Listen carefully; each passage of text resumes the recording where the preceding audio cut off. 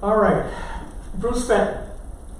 Again, my name is Skip Murphy, and as the sign says, welcome to your GrokGauntlet, which is our version of the newspaper's roundtable, except we ask far different questions, and we don't do softballs. We do not do gotchas, unlike George Hansel, who decided that we do. Well, too bad for George. This is what happens when you get, when you diss Granite Grok, we diss back.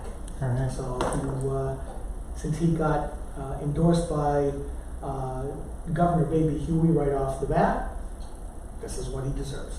So, anyways, thank you for coming in. Thank you for having me. And you know what we'll do is we'll just go round robin with questions, and when somebody falters, we'll just miss it. Wait for them to come back.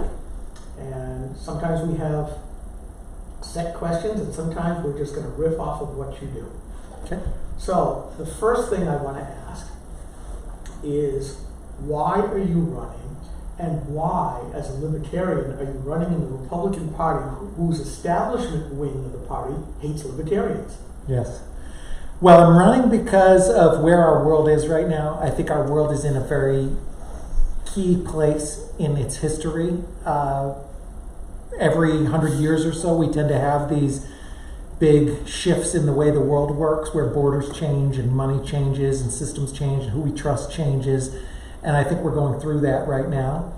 And when these types of things historically happen and you have this chaos and shaking up of systems, sometimes it turns out well for humanity, sometimes it doesn't. Sometimes certain people do well and certain ones do not. And I think it's especially key right now that America gets this right. In other words, I think that in this shakeup of the craziness of the world, especially over the last couple of years, but you know, a long cycle of debt and a lot of other problems, but particularly this tyranny over the last couple of years, we have to make sure that we don't go down a path that continues that. We have to go down a path that embraces our values of our Constitution and human rights and liberty and freedom and the Bill of Rights. And so that's why I'm running, because I think it's a very, very key time right now, and I think we absolutely need people like me down there, and I think I can win this. Also, the timing of this particular election at this particular time, I think it's sort of meant to be. I can win it. And as far as why to do it as a Republican, that's exactly, you know, the name of the game, winning. It's very difficult to win as a libertarian. I identify myself as a libertarian. It's even in my literature and on my website. And I was registered independent up until fairly recently, a couple months ago, when I got into this process. But historically, I had been Republican. The few elected officials in Washington that I like tend to be Republicans, Liberty Republicans, people like Thomas Massey and Rand Paul. And the best example I can think of anybody in government that I model myself after is Ron Paul, who's obviously a Republican as well. So that's why I would like to see more libertarians win as libertarians. I would like to see more of a liberty wing of the Democrat Party, and I think the liberty wing of the Republican Party is quite strong, especially here in New Hampshire. But you know, nationwide, we have a few good folks. So that's why I picked Republican. Is there a liberty wing of the Democrat Party? No, there's not a wing. there's a couple people that have slight glimmers of libertarianism, a tiny bit, but I wouldn't. There's none that I know of. Certainly not on a federal level that are actual libertarians, and there's definitely not a wing. You got to get one first, though. But there are some things that I think that the people on the left, this has to be a new movement by a new person. But you know, the young people are right about the problems in many cases on the left. There are Democrats who understand some of the problems. Even Michael Moore understands problems. His problem is that he just has really, really bad solutions in almost all cases. And sometimes he doesn't even understand the problem. But I would like to see somebody like, somebody get some of that energy that AOC has with the youth and just have good ideas, actually. And even some ideas that, maybe could fit with the Democrat branding. It's not a big priority for me or anything. I can't fix them. We do, fortunately, on the Republican side, you do have, even though it's a smaller group, it is a real wing, and you can find a home and find some people that share your philosophy. Sir, How would you, so we talked about you being a libertarian, how would you distinguish libertarian positions from, say, the Republican, New Hampshire Republican platform? There's a lot of overlap. There's a lot of people who give lip service to sort of Republican ideals that are also libertarian ideals, like the Constitution, for example. I mean, I think the Constitution is one of the most unifying factors that Republicans have. You know, there's quite a few different types of Republicans.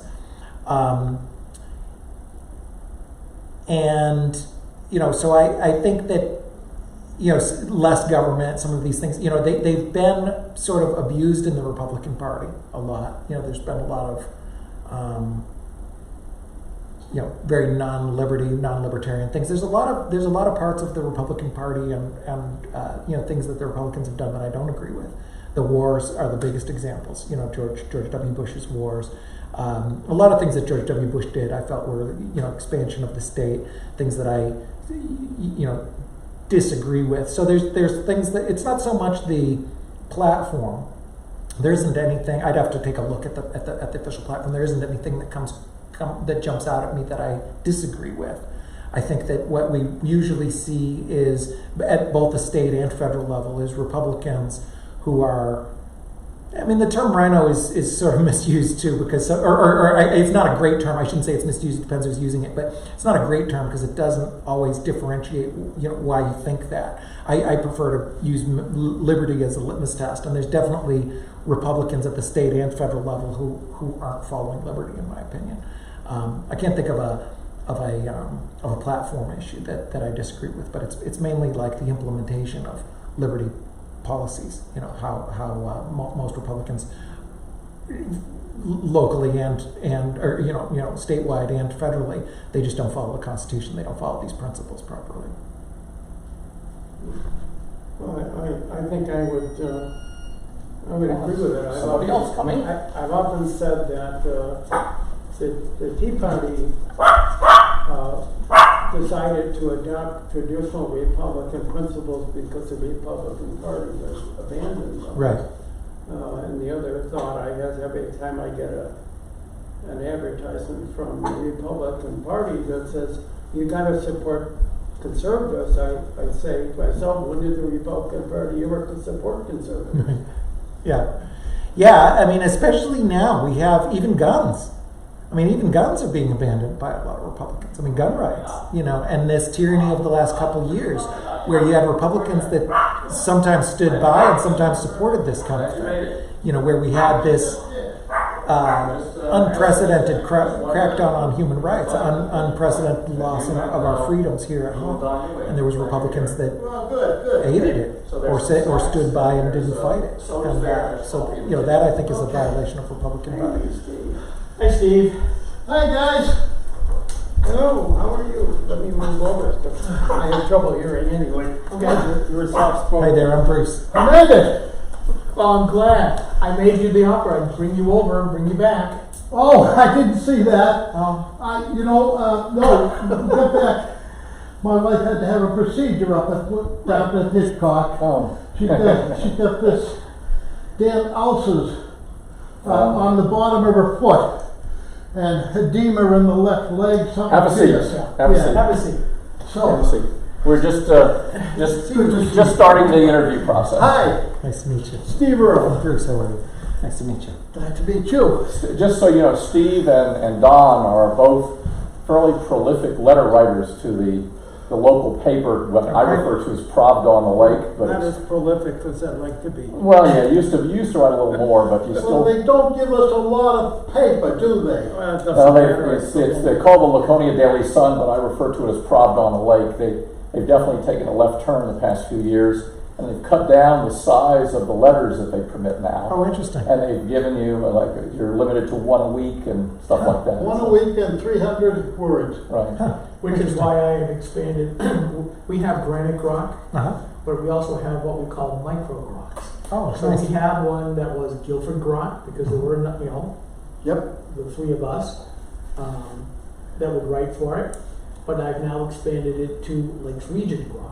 So for those people who want to write more, we need to get them to say, come and write for Lakes Region Grok. Yes. And by the way, Don is also the head of the Lakes Region Tea Party, which Well, is one of the few that sort still of defunct exists. at the moment. And Granite Grok was a co-founding member of the New Hampshire Tea Party Coalition back in the day. Great. And I'm one of the founders of the Concerned Citizens Group.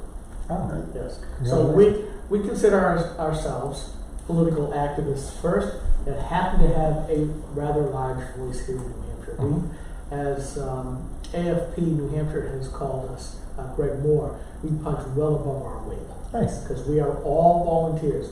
We don't have a payroll. Oh, good for you. Yeah. That's So. very good. Damn it. Yeah, I know. I want a raise! No guest honorarium. You're gonna double my salary? Yep. All right. I love the math. 0 times 2 is. That's Is that the new racist, math? isn't it? What does Common Core have to say about that math?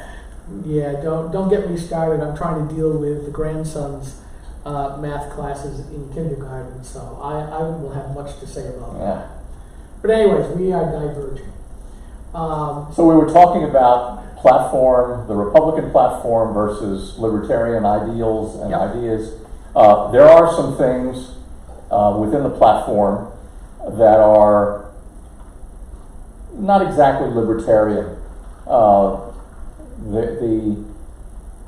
There's positions dealing with marriage, there's positions dealing with abortion, which I think the libertarians, for the most part, as I understand libertarianism, having read a lot of stuff from Cato,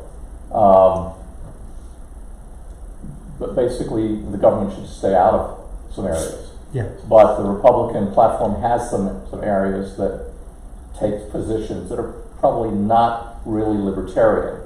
That being said, I have written for the Grok and elsewhere that you don't have to agree with 100% of the Republican platform, but pick a number, whether it's 70% or 80% or 90%. But if you get below 70%, as far as what you support and believe in, I think you're in the wrong party. You need to change parties. So I don't think you have to. I can see where a libertarian could be a Republican, could support the Republican platform generally, maybe not every little piece of it, but so that's something that you need to familiarize yourself with and be prepared to deal with. I don't know if there's going to be any campaign debates or anything like that, but some people may try to focus you on those issues. Yeah. You've already had a couple debates. Yeah, we've had, well, there's been one. Yeah. At Richard Journal. Yep. A couple weeks ago or last week or something like that. Yes. All right, let me ask you, one of the things I write about a lot, and I will admit to being what we call a conservatarian, conservative with small L libertarian leanings, because the more I study our early history, the more I come to appreciate the absolute genius.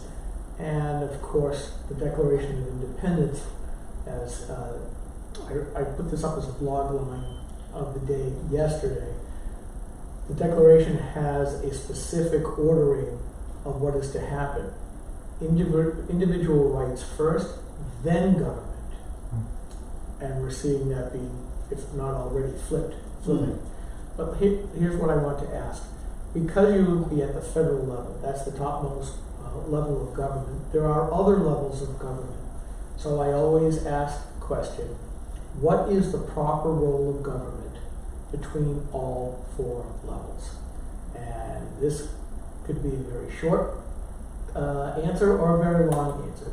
We've got plenty of time, and these cameras will last 10 hours. Yeah, I mean, the proper role of all government, in my opinion, is to protect the life, liberty, and property of individuals, and that can sometimes include things like enforcement of contracts, and then there's a few sort of miscellaneous things like having embassies so you can have your visa work, so you can leave the country and come back, and things like that. But generally, that's what I'd like to see government limited to, protecting life, liberty, and property. So the legitimate roles of the federal government would be to limit itself and protect the people from the government, and in some cases limit the one relation between the different levels of government, which I think is relevant, especially here in New Hampshire. There's a thought, and there's kind of two schools of thought in the libertarian, or just two general theories that I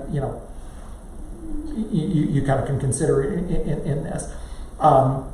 One is sort of you have everything done on the most local level possible, where you have you have as little power at the federal level, and you delegate it to the states, and then the states delegate to the towns. The challenge with that, and I think what we saw in New Hampshire, is, in my opinion, one of the very few legitimate roles of, say, the state government is to protect you from other petty tyrants.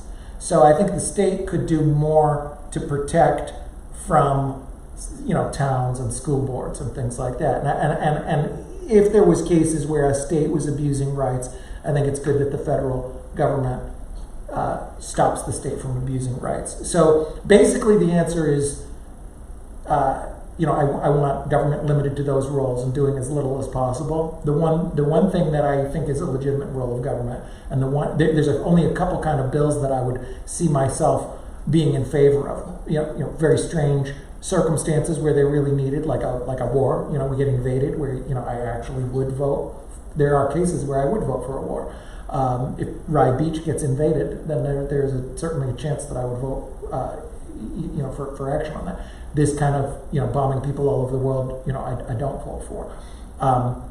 So having those kind of, there's those cases, and then protection of life, liberty, and property.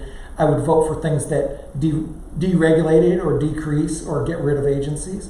And then the other thing I would vote for is something that protects, like if you had states that were, we have similar just recently. I mean, if you have states that are passing unconstitutional, violations of rights on firearms or speech or something like that, then I think it is the place of the federal government to stop the states from doing that. And that goes, by the way, for state. I think it's the place of the state to stop abuses. I don't agree with the let's all do it locally kind of thing, because then you can have petty tyrants like school board members or town managers or something like that, where there's 70 people that got them elected, and they can affect thousands of people. And in some cases, it's very, very difficult to fight them, and it's a burden for the citizens. It's a burden to get the lawyers and things like that. So I would like to see the government protect. If that answers your question about in terms of how the levels of government. From a philosophical standpoint, yes. But what about actual actions? Mm-hmm. Who should be doing what and why? Well, the government overall, all the levels should be doing very little, and the reason why is because we don't need other humans to tell us what to do, to take our money and then tell us how to do something. If something needs to be done, it'll get done. We don't need government to do it in almost every single case. There's very, very, very little that government is actually good at, and there's almost nothing that they're better at than us collectively, especially in an era of decentralization and technology, where we can communicate and cooperate on the internet and through modern technology and other means. We especially don't need them. The only thing they're really good at and quite efficient at is killing. And there's very, very rare cases where that's warranted and needed. So the answer of what they should specifically do, mostly nothing. I'd like them out of our lives almost entirely. Very few roles that I think they should be doing at all. So the answer is I don't want to see government doing these things at all. If something needs to be done, the private sector will do it. If it's a good idea, you don't need government to do it. It'll happen. It'll work by itself. There's very, very little I'd like to see them do. Yeah, my younger brother lived in a town where they outsourced every single function of the town to outside entities. Their staff was only basically project managers to say, we'll write the RFP, and then we'll monitor it, and if you don't do a good job, we'll fire you and get the next person. So it is a doable one. Mm-hmm. But I may come back to that later, because this is a philosophical question that I have spent a lot of time on over the years. Mm-hmm. Granite Rock's been open since 2006, so we've had enough time to tick off a lot of people. Steve, Hello! your question. My question. Well, you know, we see a lot of people coming into this country from all over the place. The group that I headed up, Concerned Citizens, we focused our attentions on Islam. I'd like to get your impression. Islam has a gentleman, Bob Ozzie, comes around frequently, giving presentations called Ask a Muslim Anything. And one of his presentations, one of his points is that Islam is very well compatible with Western democracies. What's your thinking on that? Yes, I think it is. It is a big religion. There's 2 billion people who are Muslims, and just like Christians or any other large group, they have an extremely wide range of what they believe. And we should always be very cautious of saying Muslims believe this or they believe that, because it is a huge, huge range. Just like Christianity, you know, it's not just Protestants and Catholics who may disagree in Ireland or something like that. Christianity is much more broad than that. We have the Lord's Resistance Army of Uganda who believes that you should chop off arms and things like that. And most Christians would say, oh, those aren't Christians. Just as most Muslims will say the Taliban is not, you know, practicing the faith. The overall idea of Islam is submission to God and a belief in one God and only one God, and that the Prophet Muhammad is his messenger. And originally, when Islam was first spreading, it was considered by many to be a natural progression of Christianity and Judaism. And it was, and you know, one thing that a lot of people are not aware of today is that universally Muslims believe that they believe in the same God as Christians and Jews. It's the God of Abraham. And they also believe in Jesus Christ. They believe in Moses. They believe in Noah. They believe in the Virgin Mary and the virgin birth. So there's more in common that people have with Islam than I think people realize. And I think it's absolutely compatible with Western ideals. Depending on which interpretation. You know, there's interpretations of Christianity that are probably not compatible, and there's certainly interpretations of Islam. I lived in Saudi Arabia. I do not agree with their it's obviously not a libertarian state, and I don't agree that their method of managing the state and their method of state control is not something that I agree with. That is a different interpretation. You know, there's different interpretations. There are certainly libertarian Muslims and others. And I think at the core, the 3 great religions all have something in common at their core, which is being against harming other people. And so in that respect, I think it could be very compatible with libertarianism. And, you know, the West is a tricky idea too, because the West is, you know, the United States already has millions of Muslims. You know, it's already, you know, it already is the West in some ways, you know. What do you think of, you know, you're going more onto the philosophical. I'm thinking of the practical. What do you feel would be, how would it mesh? Instead of talking about just the different varieties of it, the basic ideology, how do you see that? Is that pretty much the same as our natural government philosophy? Yeah. Is it pretty much the same as a Christian philosophy? Or is it, does it differ in a way that would possibly conflict with those? I don't mean violently conflict, I mean ideologically. I don't think so. I think that it's naturally, I think Islam is peaceful, and I think that the core of Islam is often misunderstood by many people or misinterpreted or whatever, but I think that you know, the Quran talks about you being peaceful to other people, so I think that is compatible. The Quran also talks about to your religion your own, my religion my own, kind of thing. So it is accepting of other religions. And if you look back at the histories of Islam, you look at Muhammad's first society in Mecca. It was very opening. There was Jews there. There was, it's an opening thing. And Mecca historically had been a very vibrant cultural center because people came from all over the world and people were accepted. So and our system in the United States is a system that can be independent of religion. You can run for office and your religion shouldn't matter. Your beliefs shouldn't affect my beliefs, shouldn't affect and would not affect my actions. I think it can be compatible for sure. Don. Well, I wasn't gonna go this way, but, in the United States, you can run for office believing in any religion. Of the, whatever it is, 57 Muslim countries, how many of them can you run for office and hold office as a Christian? Well, of countries that... I don't know the answer, but I don't know of any. Yeah. I think that's a state problem more than a religion problem. It's an interpretation of the religion. We're a Muslim country in some ways because we have millions of Muslims. We're not there's countries that have a lot of Muslims that have not become an Islamic state. I think the countries that are Islamic states, Iran, Saudi Arabia, these kind of countries, then they are making their own interpretation of the religion and then extending that to the state. And not everybody agrees with that. Not all Muslims agree with that. And even those countries don't agree with each other. You'll notice, there's differences of opinions of those countries.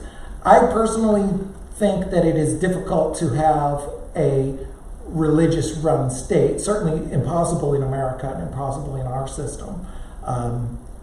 There's just all kinds of challenges with that. I think that our system is the better model. Let everybody do their own thing, believe what they want. And where I would, where the state comes into it is, it goes both ways too. You got to let everybody do their own thing, but also you can't let them try to make somebody do something. Like what you're seeing in the UK now is there's some people that are trying to push their religion. They say you should wear this or you should do this, push their religion on somebody else. But if you violate somebody else's rights, that person needs to be protected. Everybody should be protected to do what they choose, what peaceful action they do. Now, if somebody wants to convince them, that's fine, but nobody should be forcing anybody to do anything.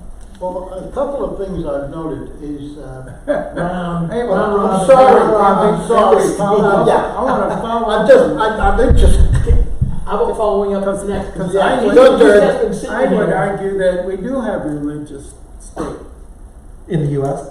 It's atheism. We have a new religion. You won't say secular human. What I call it is the Church of Woke. We have a new and rising religion, which is a real thing, and I think it really is very much like a religion in the sense that it has high priests and dogma and scripture and guilt and authority, and you have to believe in invisible things. So there is this thing that I call the Church of Woke, which is partly atheist, partly almost evil in some ways. But it is very much like a religion, and I worry about that. I want to come back to that point because it's something that we have fought with for a long time. Before it became woke, it was political correctness, and we can get into that. But Norm, your question. My turn. Your turn. Well, since it is your house, I'd like to turn to one of the favorite topics of mine, and I think of people in the Grok, and that's the Second Amendment to the U.S. Constitution. And what are your views about the Second Amendment to the Constitution? Well, it speaks for itself, shall not be infringed. So I don't believe it should be infringed at all. So I'm against the National Firearms Act, which exists now. I would be in favor of repealing that. And that was my next question. Would you repeal the National Firearms Act? For sure. And I'd be against any and all regulations of any kind against firearms. Good. That's good. I do have a second topic. Biden's not going to like you if you think people can have a cannon. Biden? Why not? Why not? No, he says he could. Biden won't like or dislike me because he's unaware of anything. Even if I was sitting in front of him, he wouldn't have an opinion on it. I would be kind of concerned about letting mentally ill people have firearms. Yeah. Or people that are proven violent felons or something like that, I think that kind of thing should be at least considered having regulations against. We have laws against those. Yeah. We do Yeah, have I laws. know, Yeah, being extremely cautious, putting some power in the hands of judges in some cases, extremely, light laws that are hard to abuse. The challenge with saying mental illness, I mean, in theory, I agree. The problem is they don't like your hat. They're going to say you're mentally ill. If you question the election, you're mentally ill. If you're angry about your gun rights, you're mentally ill. So we got to watch that one. Just like misinformation or terrorist groups is another big one. John Birch Society. This could easily be considered a terrorist group. There's a lot of people very broadly painting that brush. Yes, we have been told. I have been told by several really progressive people that we are an extremist domestic terrorist group. Yeah. And I say thank you. I appreciate that. The governor, our existing governor, has referred to the Belknap County Republican Committee as being dominated by extremist right-wingers. Interesting. That being said, let me switch a little bit from the Second Amendment. Since I like your answers, I'll go to a different area, and that is foreign affairs. What's your views regarding the relationship between the United States and the State of Israel? Well, I think that we have certainly, there are certainly some problems in Israel. Israel's policies, I think, are problematic, and I think that we have contributed to that in some respect, because we have done what we do a lot of times all over the world, which is kind of involve ourselves in other things, other affairs of other countries. And so I think the sort of analogy with Israel would be like somebody goes in a bar and they know that they have like a 10-foot 10-foot tall biker with heavily armed outside. That person might be more likely to start a fight, if they know that they have somebody outside. So in some ways, I think that our influence has been, sort of problematic. There's a lot of lobbying, and I think this goes across the board. When I see our tax dollars being spent on Israel and things like that, I think that's a problem. As far as Israel specifically, I think there should be a two-state solution. I think. There's a lot of great things to respect about Israel. They have, I think, one of the highest per capita numbers of scientists, and so I think is the Nobel Prize or something like that. They're very advanced with technology. There's a lot of very good things about Israel, but there's some serious problems as well. Done? Done. Okay. Let's swing back to looking at it from the viewpoint of the Constitution. What is the federal government responsible for with respect to infrastructure? And yes, this is one of my common questions I ask. With respect to what? Infrastructure. Oh. Yeah, I don't know. Ask Steve Negro. From a constitutional standpoint, I've reread it a few times recently since running. I can't really think of a great answer for that. I mean, I know what I believe, which is, minimal to none. I don't really want government doing lots of infrastructure in general. So I'm not really sure what it says in the Constitution, or if there's something that I can think of that's a specific infrastructure section. If there's something I'm missing on it, but there is there one. What does it say? But only one. Uh-huh. It is responsible for the postal roads Okay. between post offices. Oh, interesting. Period. Okay. Sort of like when Biden said, well, you shouldn't be able to own a cannon. Well, yeah, you could, right from the beginning with the Right. words of Mark. Yep. And that's how our state got started Mm-hmm. when the colonialists decided to drive the king's royal governor out of his house. They stole the cannon from the British fort and laid it right in front of his door. Nice. You got the picture. Yeah, that'll do it. Yes. So, given that answer, Uh-huh.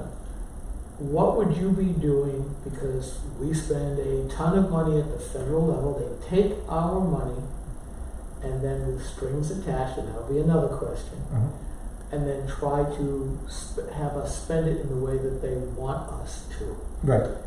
Should that continue, or would you work to say, why don't you just let the states keep it themselves? Yeah.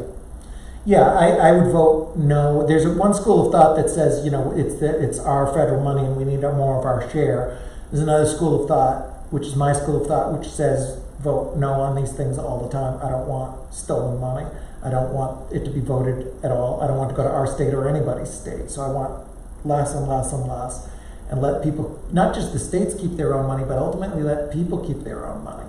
And if they really want to do something, they'll figure out a way. It will get done. But the closer the money is to the people, the better. I mean, if the state is better than the federal, but ideally your own pocket is better than the state. So yeah, I would not support. I don't want us take, especially these things with strings attached. I wouldn't vote for it's a little different. A lot of times that's voted on the state level, but I wouldn't vote at the federal level to even have the spending in the first place.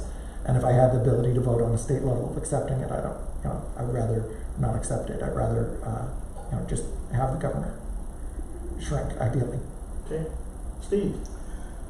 Well, speaking of Islam, which is one of my pet things, do you realize that at its root core, Islam rejects all secular governments, courts, or anything like that? Nothing secular has sway over the ideology of Islam. They have governments that are secular in the Islamic world, but they are secondary to the pressures of the Islamic religion. And you will find, I think, if you study Islam like we have, some of us, that it is misogynistic, homophobic, anti-Semitic. It embraces slavery, sex trafficking, and all sorts of things that, we in the West have Pedophilia. have kind of swayed away from. How do you feel about that? What's your response to that? Yeah, I don't agree. There are certainly some Muslims that are misogynistic and all the other things you mentioned, just as there's some Christians. But it's a very broad religion. I don't think it makes sense to paint 2 billion people, with it. Okay. And I have studied Islam. I know quite a bit about Islam. I'm sorry? I know quite a bit about Islam. Okay. I sort of maybe follow up a little bit on Skip's question on the role of the government. The role of the government is, to a large extent, dependent upon how much money it has. And for the first half of the existence of our country, except in time of war, our federal budget averaged approximately 3% of GDP. And I'm not sure what the figure is today, but something like 25%. What, now, we have taken on a different role as a country, and things are different a little bit, but do you have an idea what would be your target for federal government share of our GDP? Because, I come from the standpoint that says every time Republicans get into discussion with Democrats over spending, we say, we want to go for this balanced budget. We can balance it at 4.5 trillion. The Democrats, that's not enough. We need 7.5 trillion. So we settle on 6. Yeah. So it always expands. It never starts to retract into that role of the what 10, 13, whatever it is, items in the Constitution that say these are the role of the federal government. I don't see how we get back there, if we should get back there. I think we should, No. without cutting the spending. Yeah. So what do you think is the proper size of the federal government in terms of our I'd be curious what it was in 1910 or so, but I think it was around 2% or something like that, wasn't it? Yeah, that's right. Yeah, so that's probably 2.5%. Before World War I. Something like that. We had to pass a constitutional amendment to have an income tax. Yeah, which was 1913. Yep. So that's why I said 1910. So yeah, that sounds. I was going to say 2%. That sounds about right. How much? 2%. 2%. Yeah.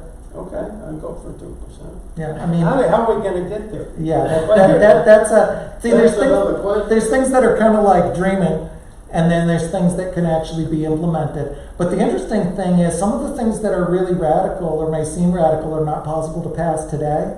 Don't forget, this is a 6-year term. And don't forget that our world is completely in total and utter chaos. And the cash register is about to break. We're bankrupt, and the bubble's going to pop. So I was on an interview one time, and they said, "What would be your perfect bill?" And I said, "I don't know, something that eliminates 20 federal agencies with one bill, one paragraph. This bill hereby eliminates all these." And I kind of laughed, and I said, "Of course, that would never pass while I'm in the office." And then I said, "Well, wait a minute. Actually, it could. It could. We are in such unprecedented, it wouldn't pass today, but we are in such unprecedented, crazy times. Would it really shock us if in a year or 2 years from now, our world is as different as it is from 2 years ago? Because if we have another 2 years like the last 2 years, we may have no choice. Even Elizabeth Warren may be saying, well, the money is not there, and it's not there, and it's not there. And we have a year of a Great Depression where people are starving.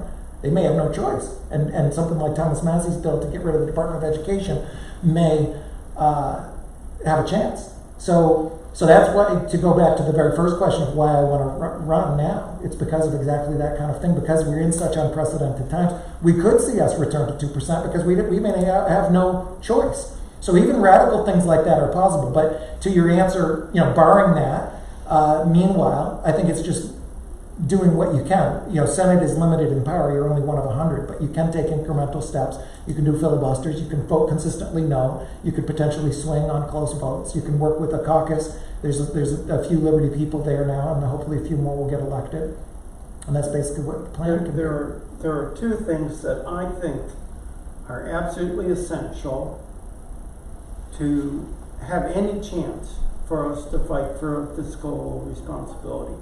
One is a firm commitment to always vote no on any continuing resolution, and two, always vote no on any spending bill that doesn't go through the proper process, which I understand ends up with the regular order. 13 separate bills, each one going through a committee, so that every senator and every congressman and everybody in the public has a chance to see what they're talking about spending on. Yeah, for sure. I mean, I would be in favor of that and take it even a step further. I would also vote for no on everything that expands government or expands spending or expands the tax base. I would be, I liked, I'm not a doctor, but Ron Paul was known as Dr. No. I could be known as, Mr. No or something like that. It's, there's a lot of things, and I also wouldn't vote on anything I haven't read. This idea that you get these bills that are 1,200 pages the day before you vote, I just wouldn't do it. I wouldn't vote on it. I'm not going to do it. There's no way I would vote on that. And there's no way I'd vote on some of these big, I'd be pretty much a no vote on almost all of these. We need 51 senators at least who are willing to stand up and say when they get there. Yeah. I'm voting no on any continuing resolution. I'm voting no on anything. The only exception I could even think of for anything with spending that I could think of that I would go for is VA, veterans benefits, because we do have a commitment to them. They made a deal when they came in, and the deal isn't being honored. They joined and they said, I'm gonna join, and the recruiter said you're gonna get taken care of in the medical, and they're not getting taken care. So that's kind of like honoring a deal, honoring a contract. So that's the only exception I can think of where I would vote in favor of spending or a spending increase. Otherwise, and there could be rare other examples, but overall, any kind of increase in spending I'm against. And then the other things that you mentioned, continuing resolutions, bills that I haven't read or that you don't have time to read or they haven't gone through committee properly. And those are some of the worst bills, of course. These are the things that are rushed last minute. Patriot Act and things like that. And then they're always trying to shove stuff in these bills. So, that's a big problem. What's your view on tariffs and foreign trade? Yeah, I think tariffs are a bad idea. I'm against tariffs overall.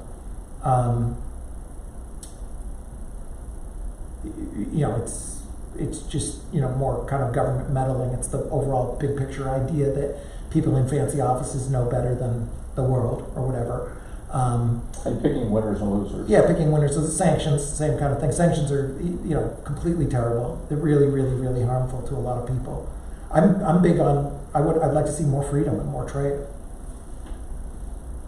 That always depends on what the other side, who is your trading partner, talks about.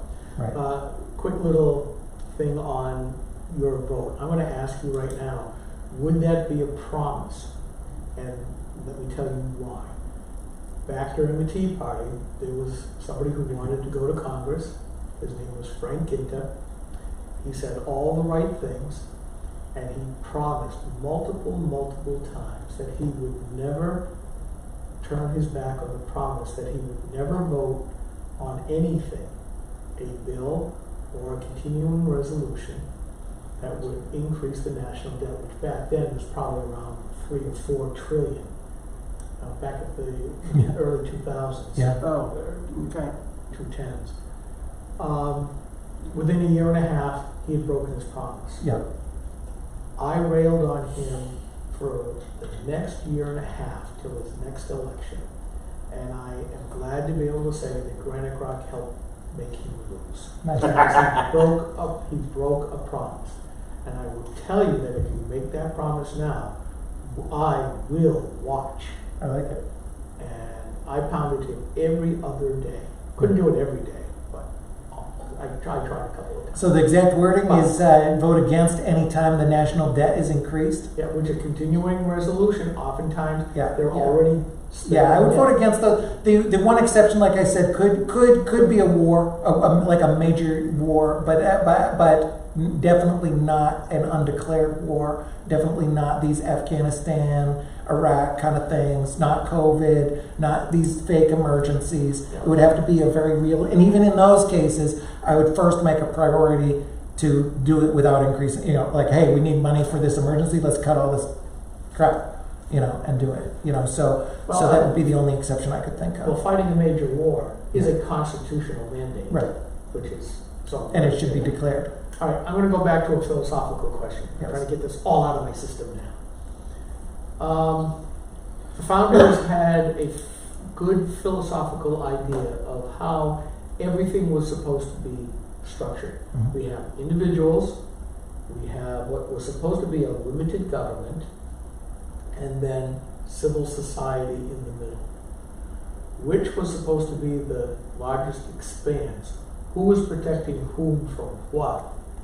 And when did it all start to go south in your idea? So what are those three? What was the role of each? And how come it's now turned into almost just 2?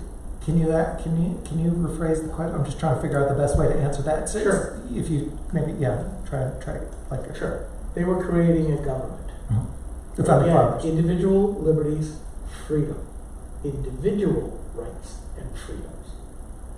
So we have individuals. Mhm.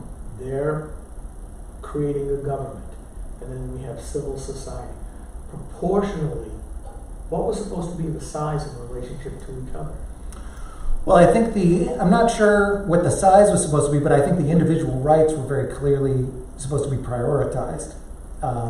And by civil society, are you talking about the government portion of civil society? No, totally. Oh. The Constitution was meant to be a. So it's individual, civil society, and government are the three? Out of the three. Three things. Not so much population, but influence and control. Yeah, I'm not sure how to answer that, but I mean I think it should certainly be as little government as possible. Okay. Yeah. All right. It's a hard question to somebody who hasn't been reading Granite Rock for a while. But literally, they wanted civil society to be a boundary, a buffer between government and individuals. Because through history, they had seen what that problem would be when government is right up against individuals with no. Which is what we have now in a lot of, Which is why, that kind of why I have that question of how do we restore where most of the interactions were supposed to be within civil society. We would have our own set of norms, which Right. we'll go back to the wokeness, Church of Wokeness Yes. at some point, because you're right, we're in a norms changing environment, Yeah. which mostly I would disagree with. I just lost my train of thought on the question. So the church. when did that sectioning off of self-governing, individual self-government, civil society self-government, and then unlimited government, when did that start to go wrong and sideways in your viewpoint? I'm not sure when it started to go wrong. I've certainly observed it in my own life. I mean, there's the great chart, WTF happened in 1971. A lot of things started to go haywire once we got on the fiat system, or the modern, kind of debt system. So I suspect that it's probably around then, just looking from, 50s, 60s, 70s, the increasing loss of freedom. I think particularly, with the rise of the administrative state and the way that rules and laws have been done in recent years, I think it continued 70s, 80s. We've just had less and less freedom in recent decades. Certainly from the 90s to today. I mean, you take my career, for example, when I started as an investment advisor 30 years ago, you could open a brokerage account without an ID. You could open it over the phone. You had to pay in a week. I didn't need your ID. I didn't need your date of birth. I didn't need your social. Now, we have a whole generation, the young folks that work for me, they think that's the way it's always been. They think the government's supposed to always know. And in my day, 30 years ago, the older brokers were like, are you out of your mind? What do you mean we have to get an ID from our customers? To them, it was just like selling a television. It'd be like going into Walmart and be like, oh, we need your name, address, social security number. And if we did that for 20 years, if they made the Ministry of Television and you had to go do AML KYC to go into Walmart, all it takes is one generation. And in 20 years, the 20-year-olds, guys who work for me, they think that's normal. So, I'm not sure exactly when it happened, but I think it's been clear to observe over the last few decades the increasing government bumping up right against the individuals, and like you say with the wokes, less accountability in civil society holding things accountable. I mean, if you don't like what somebody's saying, deal with it yourself in society. If you want to have somebody do an action, then deal with it in society. It's interesting. You talked about Islam. In Saudi Arabia, they had these folks called the Mutawa, the religious police, and they would enforce. They'd go and say you have to wear a headscarf, and that was decreased it was decreased by the government because there was a lot of drawbacks. And there's a different group, voluntary group, says, hey, I think you should do this. And that is a huge, and I said this a lot of times when I was in Saudi Arabia. I talked a lot about libertarianism and my looking at the society close and thinking about it in a way that makes sense. And there's a huge difference between voluntary and involuntary. Huge difference. And that's civil society. And that also accounts for different areas. You have different, right here in the United States, we have Dearborn, Michigan. People pray 5 times a day. There's different people, we have different standards and different kind of social norms here in New Hampshire. There's a lot of things that are interestingly not regulated, but they're just kind of known. Very few of the towns have noise ordinances, for example. There's a lot of good ways to sort of self-regulate and have that civil society sort of regulate itself. But that is, definitely decreased in recent decades as we've had government bumping up against the individual more and more and more. So I'm not sure exactly when it happened, but that's a basic thought over the last few decades. Is there a certain time or date you were thinking of? Well, it actually started back in the 1880s. 1880s. When Germany, von Clausewitz was rolling up the Germanic states. Okay. And he had to fight socialism. So he convinced, and brilliantly so, that if you give me money, I will give you medical care and a pension. Mm-hmm. And that forestalled the socialists. But then American academics, of which Woodrow Wilson was chief of, learned of how socialism was going on and brought it back, but called it progressivism. Mm-hmm. And looking at human society from an anti-constitutional standpoint, they thought it was old white guys that was not relevant to the Industrial Revolution. Mm-hmm. We were now scientific. which turned us all into cogs into their social engine. Yeah. And that's when the growth of government started. Certainly the 17th Amendment, which at some point I'd like to hear what your answer is of repealing that. And then you're right, the Administrative Act of 1948, FDR certainly created huge amounts of government that never went backwards. The Republicans were too scared to push some of that back. LBJ. Yeah, I should have mentioned it, FDR as well, Yeah. LBJ, the Great Society, turned the nuclear family into a hand grenade. And then obviously Obama, and now we're seeing Biden pushing it and pushing it. So that's kind of where I was going with that. I will wait for my next question to ask about one of the recent Supreme Court decisions that has to do with this. All right. My next question has to do with the Supreme Court. Well, good. Yes. Are we going to get into a arms race between liberals and Democrats about how we stack the Supreme Court? And that's what it's looking like now. What are you going to do about it? Yeah, they put in a proposal, 6 months ago, and then a year ago also, I think. So there is people who want to stack the court, or pack the court, stack the court either way, and I'm definitely obviously super against that, especially now, especially because it's driven by purely political motivations. This is a horrible, horrible idea.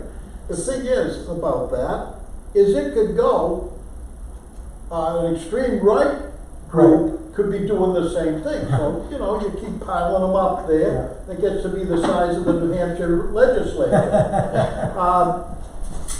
So how do we prevent that?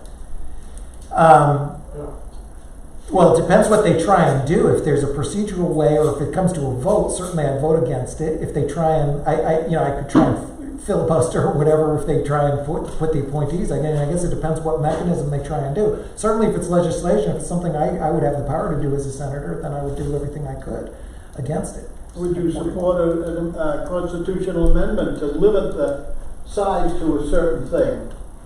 Yeah, I haven't thought about that too much as far as that a solution. I'd be very, very cautious about constitutional amendments, but in principle, I think that sounds good. I mean, it definitely shouldn't be expanded, particularly not for any kind of on a political closely related topic.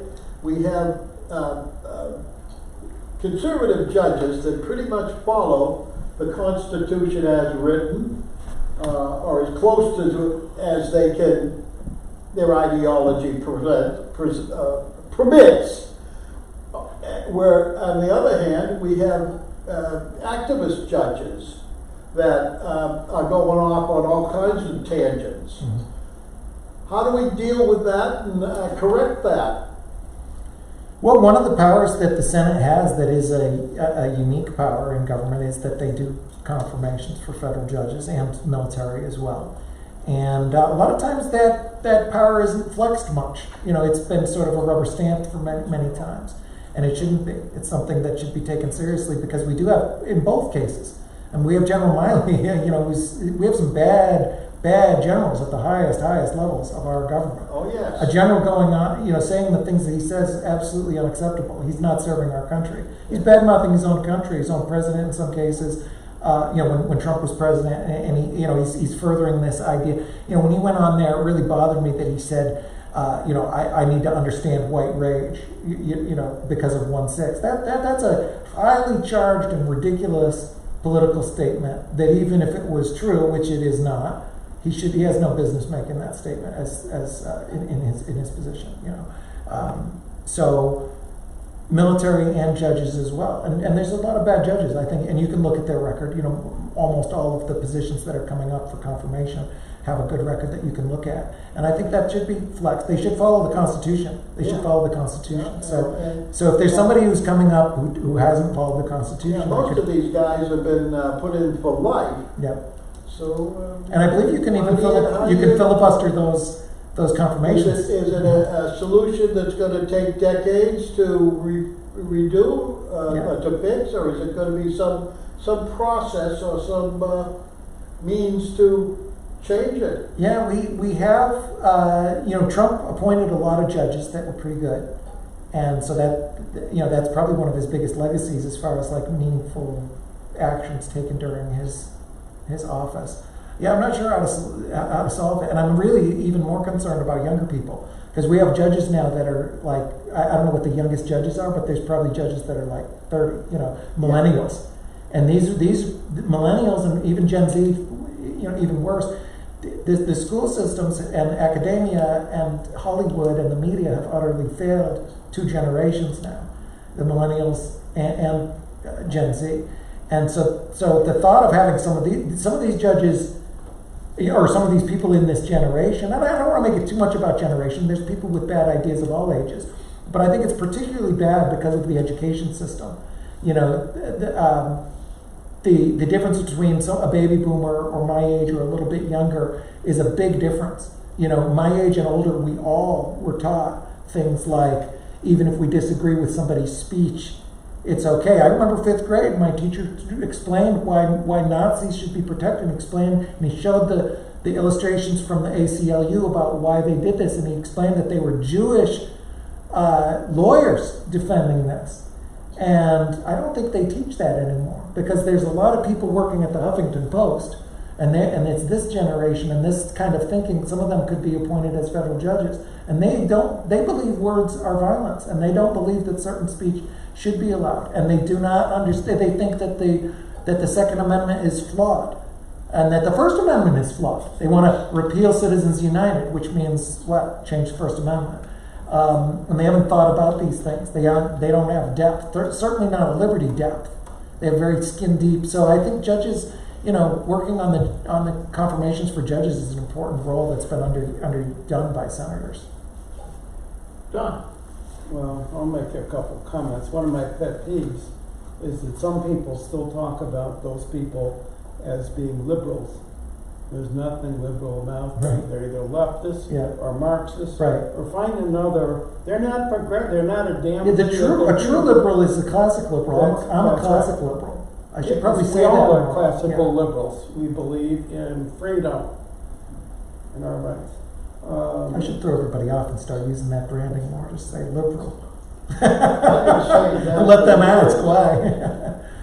And I keep doing it. I wanted to comment on what something you said too, but I can't remember what the hell I got. The trouble with getting old.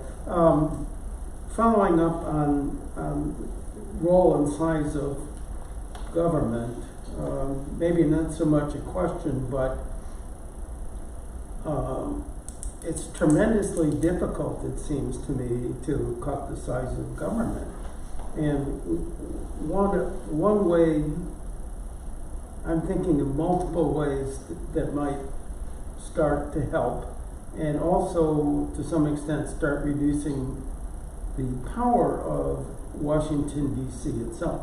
One, I think we ought to have an objective, not only of cutting the government, but of moving at least half of its employees out of D.C., at least 200 or 300 miles away from D.C. I mean, why is agriculture centered in D.C.? It should be in Iowa or California or someplace, and get them out of there, make them live where people are real and have to live in the world, the real world, and they maybe can absorb a little bit of knowledge about what that means. So I think that's a useful thing, moving them out. A couple of other real pet peeves is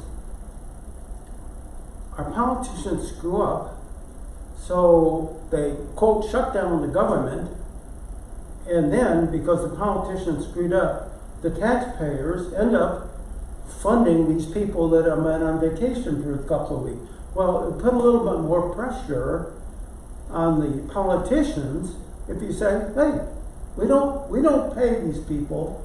If you politicians screw up, you want to pay them, you pay it out of the politician's pocket, but not out of the taxpayer pocket. So that's one, but that sort of gets to the whole thing. A lot of, I believe, of what's going on is money laundering taxpayer money through other entities back into the Democrat Party.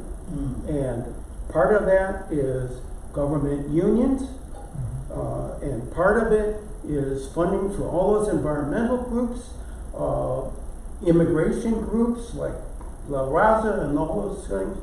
And every one of them, Planned Parenthood, we give them money, they turn around and give it to the Democrat Party.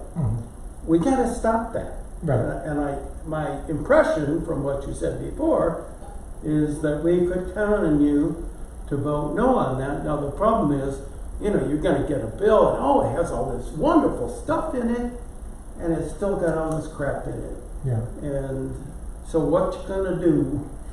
Well, I don't think most of them do have wonderful stuff. So there's very few things that I would kind of like fall in love with. And if there's something bad in the bill, I just wouldn't vote for the bill. You know, in almost every case, you know, they would have to be something so extraordinary. You know, to do a trade up, like if there's something that eliminates 10 departments and then does something with one, you know, so it has to be net deregulatory and net shrinking, you know, is what it ultimately has to be. So there's not things that I think are good in most of these bills, especially not enough to make me. I mean, there's things like minor number of things I think are kind of cool. Like I have a soft spot for NASA. I like NASA. It's kind of neat. I like rockets, but. So what? I like comic books too. It doesn't mean I can steal money from you. So we have the National Comic Book Collection. That's ridiculous. You know, let Elon do his thing with private dollars. He gets a lot of public dollars too, but he should do it with private dollars. If it's cool, NASA's great, but our billionaires are doing better with much less money. Yeah. Their money. Yeah, I mean, it's as far as, you know, how can we fix it? You mentioned when you first started the question, you know, it's hard to fix it, and it has been.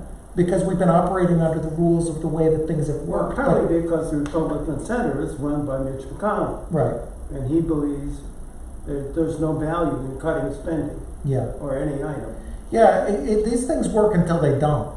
So I wouldn't be so quick to say that it can't be changed quickly. It could change very quickly. It could, and I could be one of the people who does it. Because it works until it doesn't. The system is really, really, really broken. The debt is completely unsustainable. We are in the most fragile spot of almost any country in history. The whole world is shaky and fragile and broken. It's built on a completely fraudulent financial system. And it's totally unsustainable. You can't print $500 billion out of thin air and give it to BlackRock. Are you out of your mind? That's not a thing. There's nothing in any economics. There's no Adam Smith book that says like, oh, page 300, if the flu's really, really, really bad, print 9 trillion and give 500 billion to your banker cronies and 8 trillion to your other cronies, and then it'll fix it. Yeah. That's not a thing. And there must be a price that is paid for this. It's going to come back, and it's going to come home to roost, and it will be economic wreckage, I think. So you could have radical. Unfortunately, it'd probably be, the catalyst would be tragedy and maybe even bloodshed and death. But you could see in my term radical cutting of government. Maybe I'll be the one to do that. I mean, I think it could get so bad that I could look at Elizabeth Warren herself and say, look, we don't agree on anything, and we never have, but look at our country. If her own family is worried about food, she may come along, and even somebody like that may say, yeah, you know, at the end of the day, our country is our country. If you just don't have the money and the system is broken, it's unfixable. The dollar is just about unfixable now. So eventually, you can't keep up the sham forever. Eventually, the house of cards is going to collapse, and even the Elizabeth Warrens and the AOCs and the Paul Krugmans of the world will and Robert Reich, you know, they'll see it. It will be. There won't be anything they can do about it. Their argument is always going to be, we got to give people stuff to help them out. Yeah. I mean, it seems to me the argument that these days is our side, which says, give them the opportunity and the economy in which they can prosper, Right. and theirs is give them money. They'll be grateful to us. Right. And we got to stop the one. And I'm probably taking too much of my time. Mr. Norm. Well, I've got a couple of things. There are federal proposals floating around Washington these days to federalize the election system Yeah. The ballot integrity system, or the lack of ballot integrity system. The way we vote around the country, that's one proposal that's floating around. The other proposal is a federal version of red flag laws, Yeah. which are floating around. And then, you mentioned one of the Department of Education seems to be sort of an easy target, and every politician focuses, on the right seems to focus on the Department of Education. I've got a whole laundry list, but one of my favorites is the Corporation for Public Broadcasting. No! The Corporation for Public Broadcasting. You just said nasty. Why in the world do we allocate tax dollars to support the Corporation for Public Broadcasting? Yeah, there's no good reason for it. It's absurd. And I remember a few years ago when they were trying to, scare us with this, Congress is going to kill Sesame Street kind of thing. It's just absurd. And it's even sad, there's this old tearjerker clip of Fred Rogers going in there asking for the funding, and he gives a poem, and the Congress member's like, "Oh, I'm a tough guy, but you brought a tear. I'm going to give you your funding." And to me, that it's an interesting thing, and I understand why people like it. But to me, and I love Fred Rogers, but to me, it represents sort of everything wrong with government. And I wish that somebody would have talked to Fred Rogers and said, "This isn't." There's so many well-meaning people. I just met one on the street the other day who was asking me about their wonderful issue, a very good issue that is very meaningful and does a lot of good. And they were saying, like, will you support this in government? And my polite answer was, no. You don't, just because something's good, like Sesame Street, doesn't mean you need government. In fact, the fact that it's good is all the less reason you need government. The idea that without government we wouldn't have Sesame Street is utterly, completely, and totally absurd. And I can prove it because I will buy Sesame Street. Do you think I wouldn't buy Sesame Street? Like, we're out of business. I'll buy it, and you know what? I couldn't afford it because Disney or somebody it's worth billions of dollars. Well, Jim Henson, which is was behind the Sesame Street originally, had a profit-making venture called Fraggle Rock, right, which was sold to HBO and which made a lot of money, and you can still and buy they it. make money on the merchandising and the licensing. Absolutely. So you got PBS doing this thing, and the show is produced, and then it's Carrie's buddies on Beacon Hill who get they're totally separate. Oh no, this is a totally separate company over here that does the licensing and merchandising. Right. And it's interesting. I've been in the studio for one of the big PBS studio in Boston. I've been to a lot of these studios, and it's quite interesting and telling.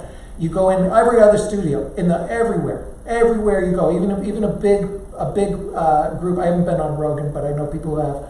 Even something like that, it's usually pretty small.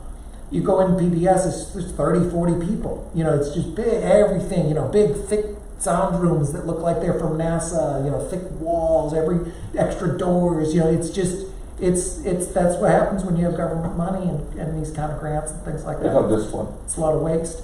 So point you back to the federalizing the elections and federalizing red flag laws. Yeah, I think that elections should be as local as possible with as much accountability as possible. Too much potential for centralized shenanigans if it's federalized at the if it's put at the federal level.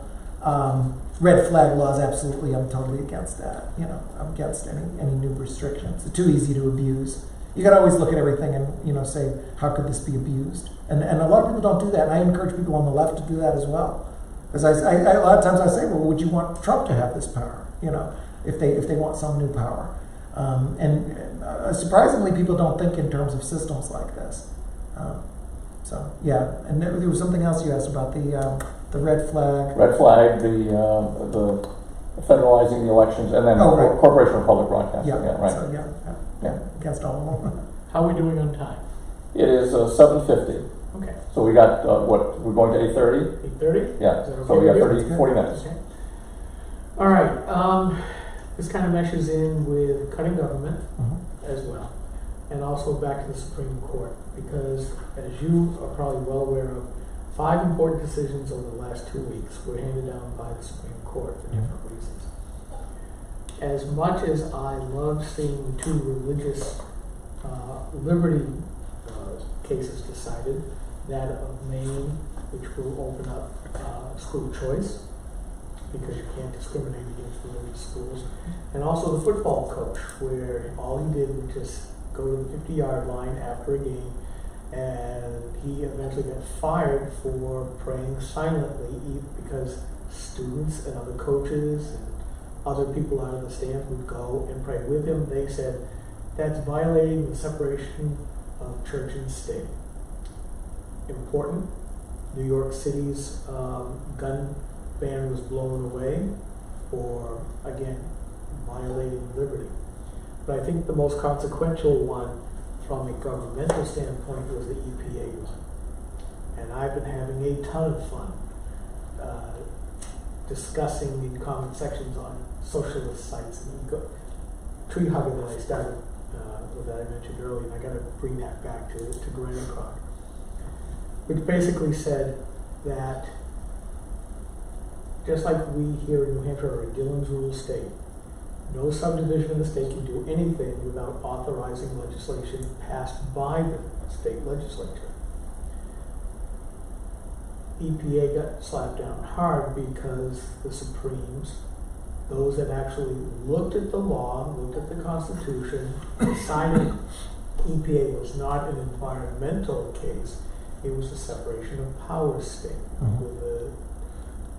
where the EPA went rogue because it had no authorizing legislation allowing it to do CO2. That's a specific decision against one agency.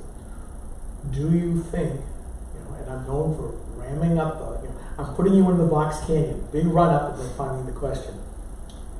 Steve McDonald, the editor for Granite Rock, hates it when I do this. Do you think that there will be a flurry of other lawsuits by those of us who wish to see smaller government against other agencies that have gone rogue? For years I've said, every bureaucracy is going to take on more than what their original mission statement said to justify themselves. Is that a valid way to put government back into that 2% range we were talking about before? Yeah, I'm a big fan of lawsuits, and some of our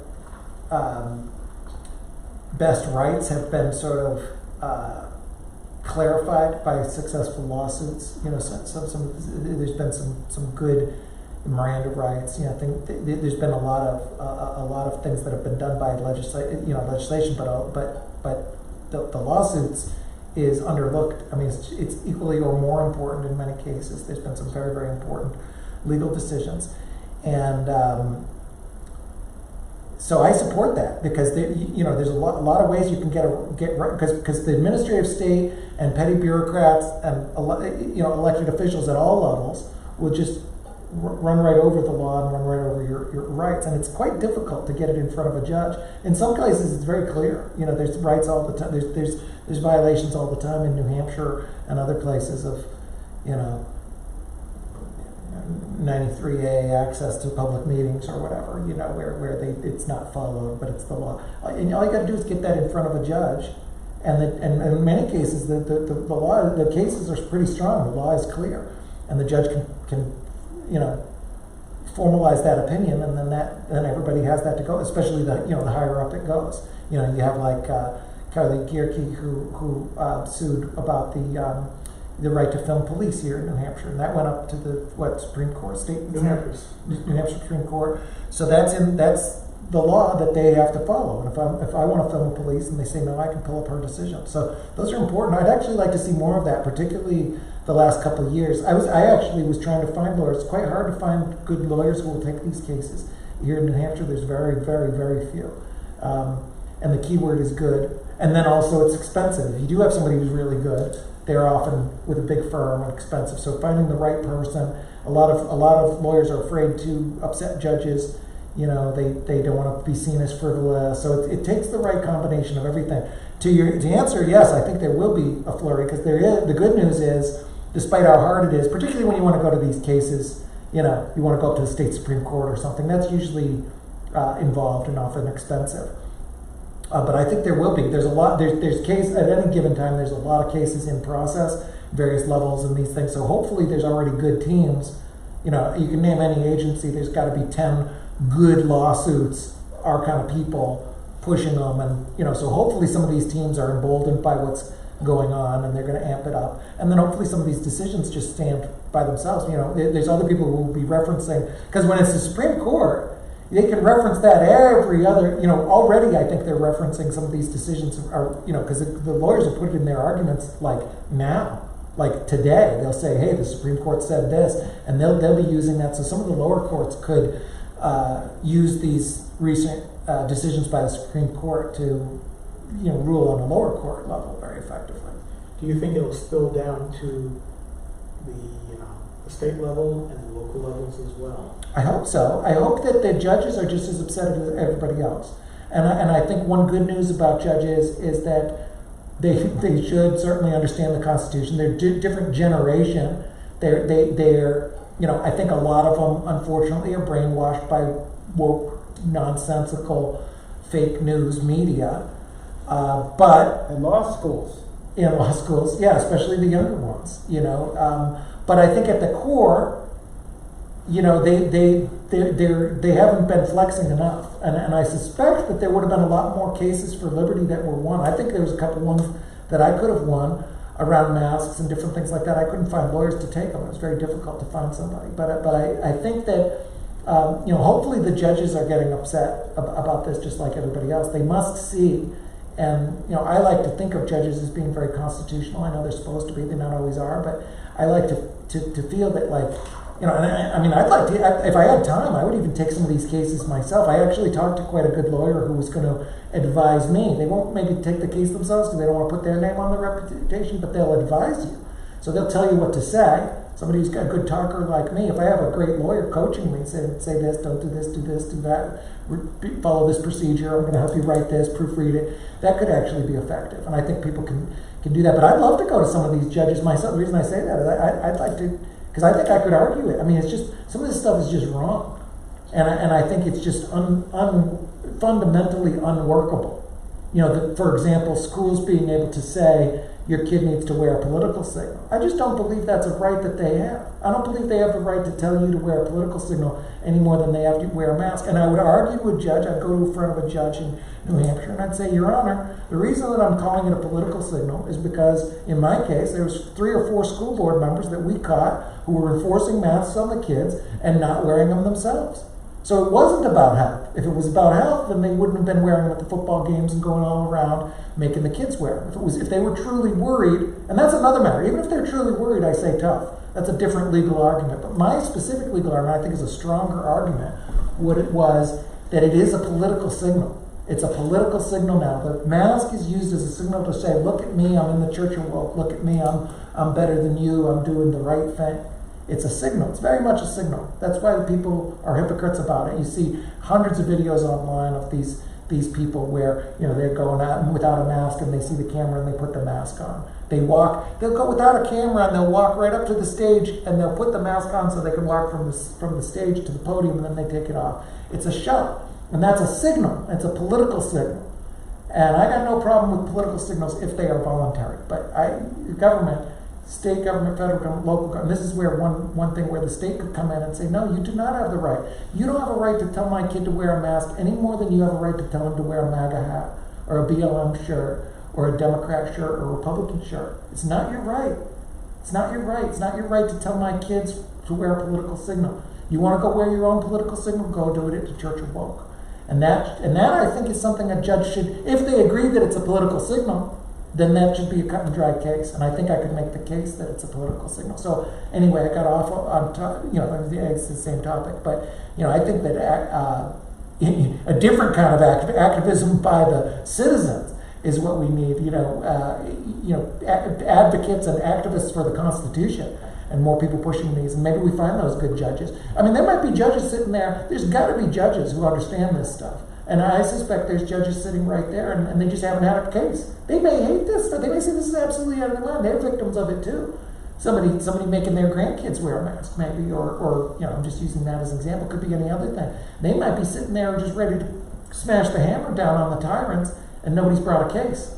Because you know, it takes all the branches of government. You know, we have legislative, executive, and judicial. You need the judicial. Nobody brings the case. The tyrants in the administrative state can just walk all over it. They can take your thing and rip it up. It's just like in the movies, you know. They don't need to pay attention to your rights if they have the power of the bully pulpit. Back to you, Steve. Okay. In this conversation, we have come around that I've got more questions coming now than I had when I came in, which is normal. Yes, okay, which I is know. normal, then it should be. So one of the ones that has come up to me and brought up by these grants that the government passes out willy-nilly to everybody, like government broadcasting, Right. whatever they call it, public broadcasting and all this crap. There should be a limit, or at least some guideline as to what is an appropriate field for a government to give a grant to. Mm-hmm. What are they? What should it be? Nothing. Well, I think there's certainly some government grants that are worthwhile. I can't name them. Yeah, I can't name any. I can't imagine there would be any. They're all I think- worthwhile. They're all worthwhile. Yeah, they're worthwhile to this But fat cat if contract. they're worthwhile enough, the people who are affected will fund them. Right. One of my pet peeves is Laconia got $15,000 to buy AR-15s. I don't know, 10 years ago or something, 8 years ago. And I figure it probably cost the taxpayers $50,000 to give them that money. Because it had to cost Laconia $2,000 or $3,000 at least to request the grant, and maybe more. It had to cost the government, the federal government, thousands of dollars to process it. Yeah. Of course. And they did it for hundreds of places that whose grants they didn't come through on. Right. And in the end, it's costing us a mint. And if they wanted AR-15s, they could have, out of their $1 million budget, they could have come up with $15,000, or maybe they only needed 6. I mean, it's just friggin' crazy. You gotta stop all federal money to the states has to stop. I think it just, all right, Joe. So, are you going to go down there to Washington and vote against every one of these grants Yeah. that these people come up with? Yeah. 100%. I think he's saying if you believe the right target is 2%, you're going to have to vote against everything. Yeah, Just about. I vote. You know, it's across the board. I just vote against all of this stuff. It's our money. It's the citizens' money. The government doesn't have any right to take our money for anything. Really, it's not a moral right that they have. That's what the average was in the first 100 African countries, about 3%. Can I ask Go with that. one more question, Bobby, before I pass the buck here? I am very big against Antifa and Black Lives Matter, okay? I consider them domestic terrorists. What's your opinion of them? What do you think? How do you think we should respond to them or deal with them or something like that? Yeah, there's definitely violent ideology, bad groups around both of these things. Black Lives Matter originally was just sort of a slogan, but it was very quickly co-opted by sort of a group with very bad ideology who's wasted a lot of money, stolen a lot of money. But most importantly, with both groups, and especially the overlap of some BLM, there's some misguided people who just put on a phrase on their Twitter because the woke police told them to, or they were afraid of getting canceled or whatever else. But there is some people within BLM, and especially a lot of Antifa people that are really, really violent and terrible. You look at Andy Ngo and other people who follow these kind of things. It just has no place in America. And the solution is that they're violating all kinds of laws, and that's got to be stopped. You can't just say like, oh, too bad, there's too many of them. We can't stop it. You just have to have law and order. You can't have people who've worked on their business for 30 years get the windows smashed, and people, I saw these people on a TikTok video last night. They're just driving and they see this big crowd of protesters, like all people in black, and the boyfriend, girlfriend, whatever. They say, "Oh boy, are they friendly?" And I don't know. And one of them, sure enough, jumps up on the window, smashes their window. No reason. They're just thugs.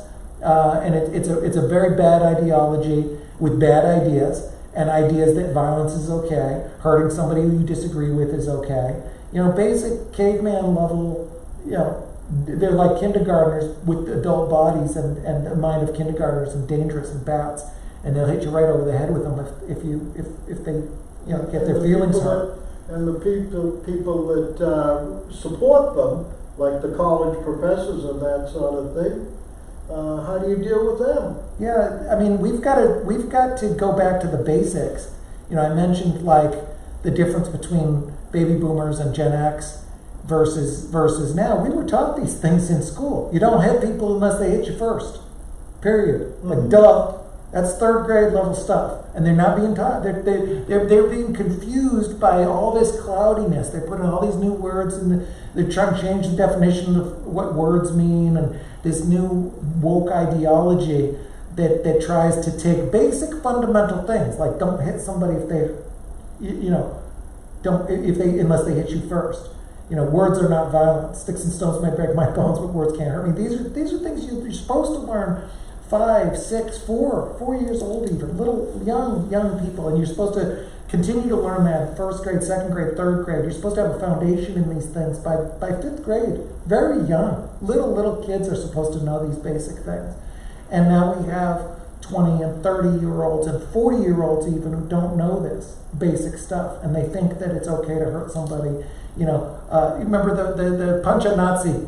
Punch a Nazi! Oh, it's so funny. We're gonna punch Nazis. And that was a big meme a couple of years ago. It was all everywhere. And anybody who said, "Well, hold on, who's a Nazi? And is it okay to punch somebody just because they are a Nazi?" The answer is Nazi's anybody who you think is a Nazi. And number 2, even if they were an actual Nazi, like I say in the 70s, that's supposed to be defended in the United States. And that's something that's totally lost. If you go to a college campus and say, should Nazis have a right to speak? They're going to say no, and a good chunk of them, the Antifa types, think that the I'm talking about actual Nazis. So this is a whole different discussion from what they're doing. But I'm talking about an actual Nazi with an actual armband should be allowed to speak in America and is under our Constitution. And there's people who do not know that and do not understand that. And then they've got the very bad idea that it's okay to hurt somebody because you disagree with them. And they start with Nazis. And now what has happened? Very, very, very predictably, the definition of Nazi has expanded to Republicans, libertarians, free staters, pro-gun people. 60% of the country is probably considered to be a Nazi by 20%. Which is absurd. Yeah. And then you stretch it like, oh, okay, it's okay to hit that guy in the head because he has a MAGA hat on. And these are fundamentally barbaric things that have no place in our society. It's just not workable. Can't have that. Can't have it at all. It's just totally wrong. So yeah, we've got to put a stop to it. I want to comment on 2 things, then get to immigration because I want to talk about that. But in terms of rioters, it seems to me, hey, if you got. First of all, primarily it's a local problem. Local officials ought to take care of it. The trouble is that they don't take care of it. They let it happen. Yeah. Then they come to the federal government and say, "Oh, we need money to repair the city." Okay, so federal government ought to be saying, "Hey, you have the ability to shut that down, and if you don't, you and your local taxpayers get to pay for it. We're not paying for it." Yeah. Okay, so.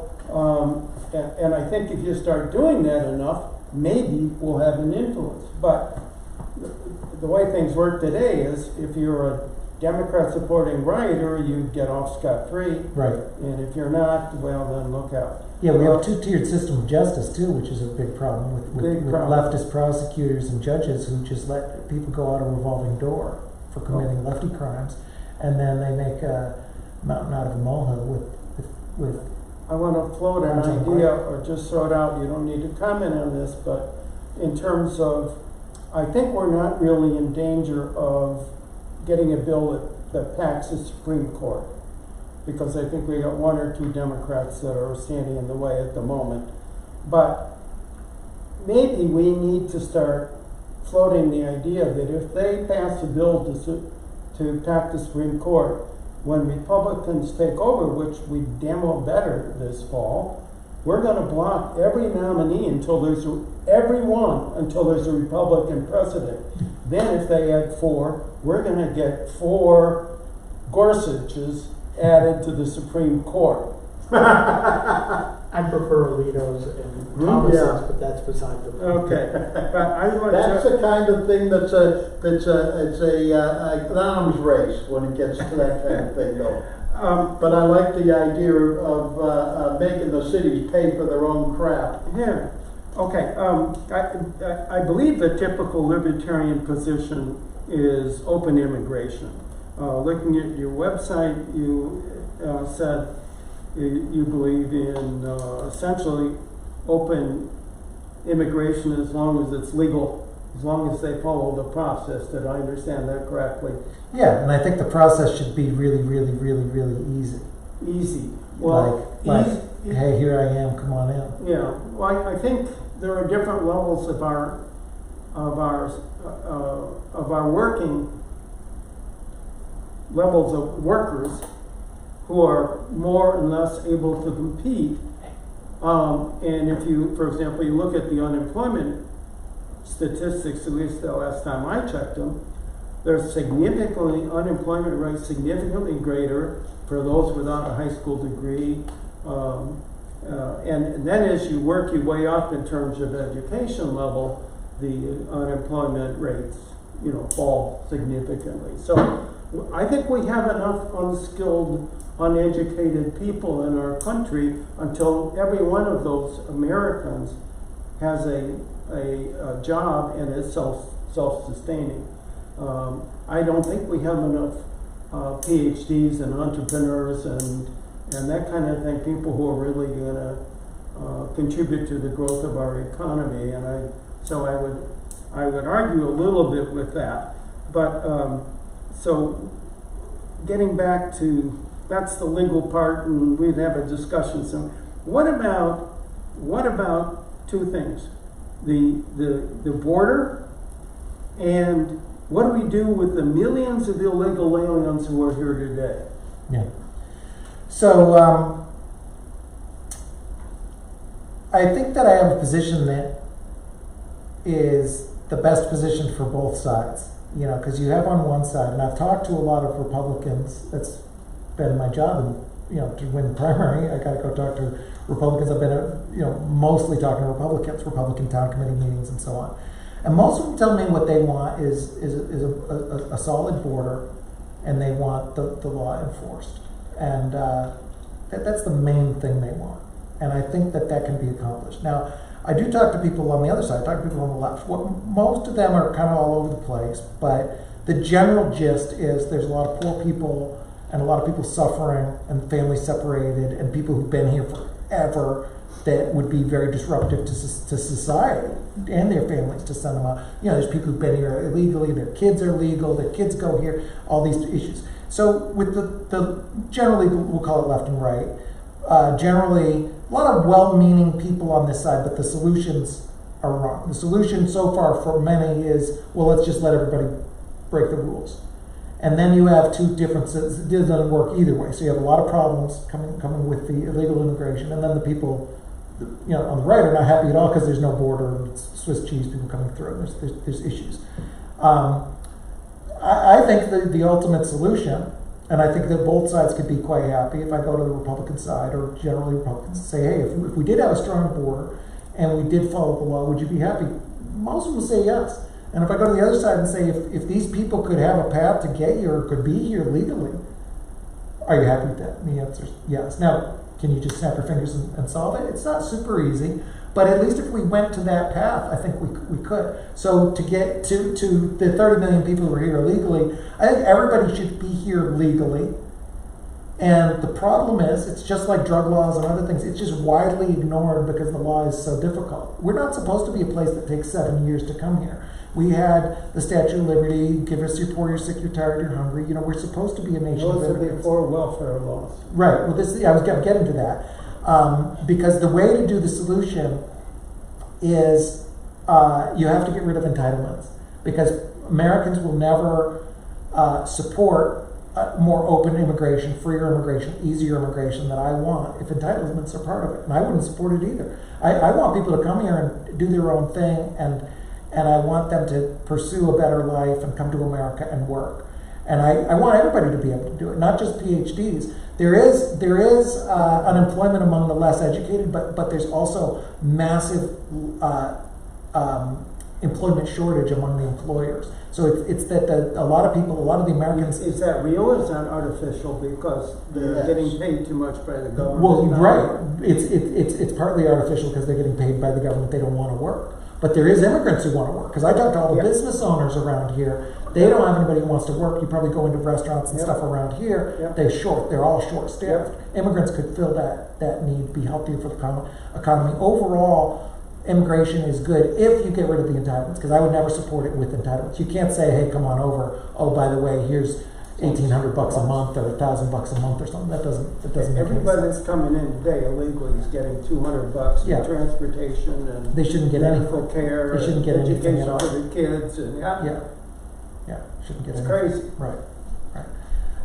But yeah, if we get rid They're of actually being bribed to come here. yeah, Well, that's true too. yeah.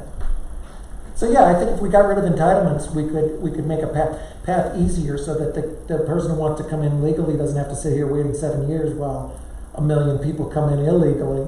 You know, there's people in Mexico who've been sitting there for 6 years waiting to come in Oh, I legally, know, yeah. and meanwhile 10 million people have come I've in talked to illegally. people whose wives have waited for years and years. Yeah. So that would be a Cost case of thousands you of have to dollars. reform the immigration system, right? It's the immigration requirements.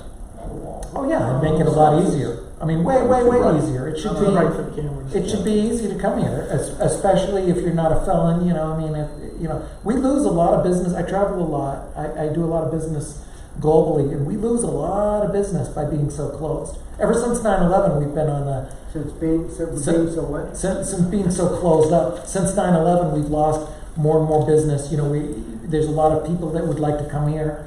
The United States has a worse and worse reputation globally. It's known by a lot of international business people who would come here and invest as a place that you can't get in. It's a pain in the neck. They're going to treat you horribly when you get here, and you can't do any business because there's 10,000 rules about securities and every other law. That's what drove all of our businesses overseas. Yeah.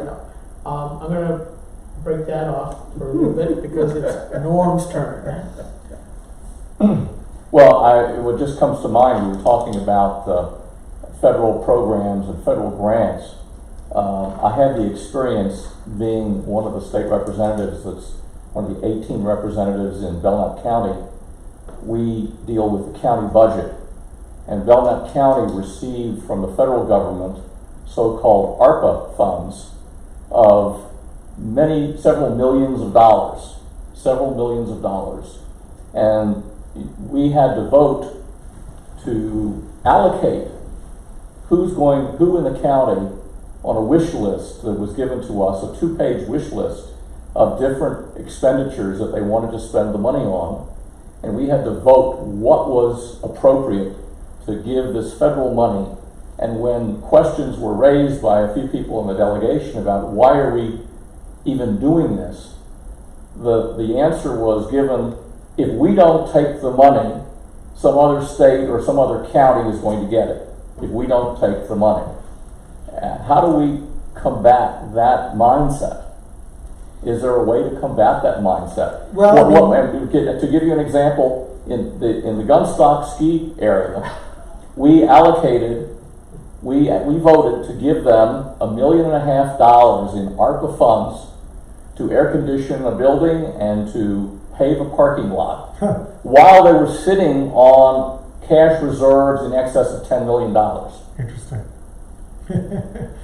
Yeah, I mean, the way to stop that, I mean, you can try and reject it at a local level. Like you say, it goes back to other states. So it's more of a systemic issue. And in this case, the root of it is the federal government itself, printing this money from thin air. And that's just, that problem's really going to fix itself. There's not a ton one senator can do on that, just other than being there at the right moment, because it won't be sustainable. It's not going to work. Eventually it's going to break, probably soon.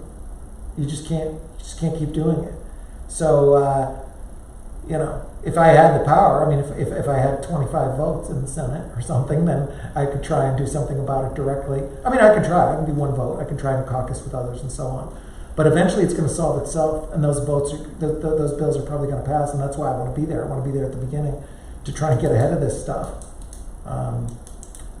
We just can't keep up business as usual. I think it's more likely the situation in the world is going to stop that than anything I can do. All set? Okay, we're almost 8:30, so this is going to be the last question. Okay. There was an interesting post on Instapundit, which is owned by Glenn Reynolds. You're familiar? Mm-hmm. Okay. Where Glenn had put up an article taken up by the New York Post about how to make the Supreme Court more resilient, so that if, with the attempted assassination of Kavanaugh, it would have gotten rid of a lot of these latest decisions, Mm-hmm. because it just would have ground to a halt. Right.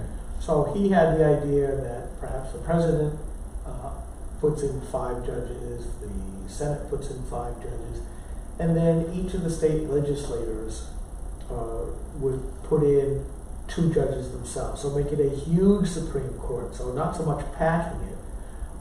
And then somebody wrote, and I was having my own thoughts as I was reading this description, and yes, it would make it more resilient and all of that. And somebody just said, well, Glenn, why don't you just get rid of the 17th Amendment and make senators part of, once again, appointed by their state legislators. And so there's a lot of laughing going on about that. So the question would be, would you, if given the opportunity within the first 6 months of being a senator, vote yourself out of office? Because it's probably not likely that our state legislature would vote to keep you there. Yeah, I like the idea of maybe they would, though. It might change. I think they're going to like me. I think everybody in New Hampshire is going to like me if I get down there. I'm exactly what we need. I'm exactly the message that we need to send down there. But yeah, I would vote to. It's an issue I'd like to study more, but generally my feeling and understanding on repealing of the 17th is that it would, put more power in the hands of the states, and I'm in favor of reducing federal power, and I'm in favor of reducing my own power. One of the things I looked into in going down there is just like, what things can I do even personally? I mean, your own budget, for example. You get a budget, I think it's around $3.5 million for this seat, and I'd like to see what the record is. I'm a disruptor, so you could expect me to do things quite differently. Breaking records, and I'm the type of person to say, well, what's the lowest anybody's ever done? Let me see if I can I run it for $250. Can I return $3 million a year to the taxpayer? It's more of a gesture, honestly. But I like the idea of mixing it up and kind of breaking things a little bit. So something like that is the kind of thing that I would do. And maybe have people call me Bruce and reduce some of this pomp and ceremony around it. I don't think a senator should be a big deal. I don't think you should have entourages. And I mean, a lot of these folks are really, really, really, really out of touch. I mean, Nancy Pelosi on the congressional side, I don't know anybody in the public eye that seems that out of touch. Has she, I mean, forget you guys, but is she even capable of sitting down and having a conversation like this, even with people on her own side? I don't think so. I don't see any evidence of it. I see a lot of people that are really, really, really, really out of touch. So yeah, I'd like to vote myself out of a job. I don't want to do the job. I don't want to go down there. It's a viper-infested swamp. One thing I looked at was, can you win and just not show up? The answer is no. The Sergeant at Arms of the Senate has the power to compel you, and I believe he has the ability to use federal resources. So I think they can literally make the FBI show up at my farm and drag me down there. And I think you may know actually, did that happen a couple times in the 1800s? I think they had some senators who didn't feel like showing up. They made them come down. I'd buy a ticket to that. They had to run for the House. They were still a Democrat. Yeah. representatives have been there for a year. Yeah, I'd love to do that. If Well, I have 4 beautiful children, and I think I have one of the nicest places in New Hampshire. Although this view, boy, oh boy, I mean, I do not have this view. Nobody I've seen in New Hampshire has this view. So I don't want to go next door. Yeah, I don't want to go down there. You know, I don't want to go down there and do that. So I would, you know, I resist. You know, being in the swamp. So I want to reduce the power. I don't want to go down there and play the politic games and join the board of the Kennedy Center. I'd probably do almost, you know, no meetings. Like, I'm going to be very, very, very unconventional if I do. Just like my campaign has been unconventional. I march by my own beat. I do my own thing. I'm a disruptor. I could care absolutely less than zero about what Mitch McConnell tells me to say, or these political games, or these consultants, and these PACs, and these people say this, and this thing does this, and this handler says that, and absolutely less than zero interest in that. I want to do the bare minimum of what they say. The times that I'm required by law to be there, I'm going to be there, vote no almost every single time on every single thing, and then get the heck out of Dodge. The minute I'm allowed, I'll jump on a plane and go back home and spend the time here. So yeah, I would run to reduce the power. It wouldn't surprise me if I get in trouble down there. I'm a troublemaker. I'm the kind of guy you could expect to see removed from the... I wouldn't have complied with the any vax pass or the mask. Absolutely not. Absolutely zero chance. Mark my words. I promise you, and promise as promise can be, I will never, ever, ever comply with a vax mandate, a vax pass, movement pass, or a mask. If I'm on duty on the Senate floor, they can remove me by police. I could spend the entire 6 years in a cell if I have to. I'm never, ever going to do it. I'm not going to do it. If they want to remove me by police, they can do it. I could sit outside and run my Senate office from the street in front of the Capitol building. I can go back home. I will not comply with these things, ever. Absolutely not. So there's things like that I would be a disruptor on, and rock the boat a little bit, and definitely decrease my power. And they may decrease my power. Wouldn't like I say, wouldn't surprise me if I get in trouble. I'm a boat rocker. I'm a disruptor. I'm somebody who's going to go down there and cause trouble. And hopefully, I cause enough trouble that I get in trouble. I hope it's national news, like how bad, you know.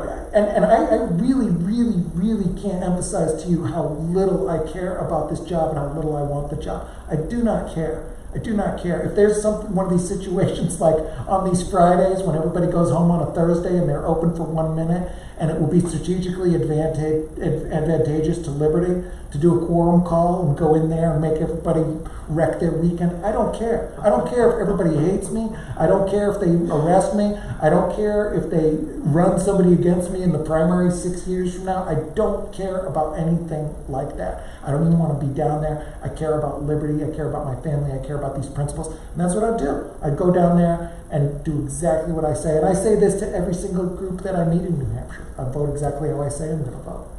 Well, Bruce Fenton, I want to say thank you very much for spending 2 hours with Granite Croc. This has been exactly what I was hoping for. Great. Since you are not the typical Republican that comes through to these gauntlets.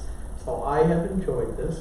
Okay. I think when we put up the video, there will be a number of liberty and freedom folks that will enjoy listening to this, because we are here not so much for ourselves, but we try to represent our readers as well in these kinds of settings. So thank you very much for coming all the way up here to meet with Granite Croc. Thank you, and thanks for all you do. You know, I got interviewed by Salon the other day, and it was actually pretty accurate. They meant to be a hit piece talking about guns. They say he wants to take away the gun laws, and I'm like, well, that's good. And so you're doing a service on the other side. You know, you're getting good information to your audience, and that's good. So I commend you guys for what you've done and what you've built. It's really impressive, and you've got your reputation precedes you. So it's my honor to be here. So thank you. We are just a bunch of volunteer misfits for liberty and freedom.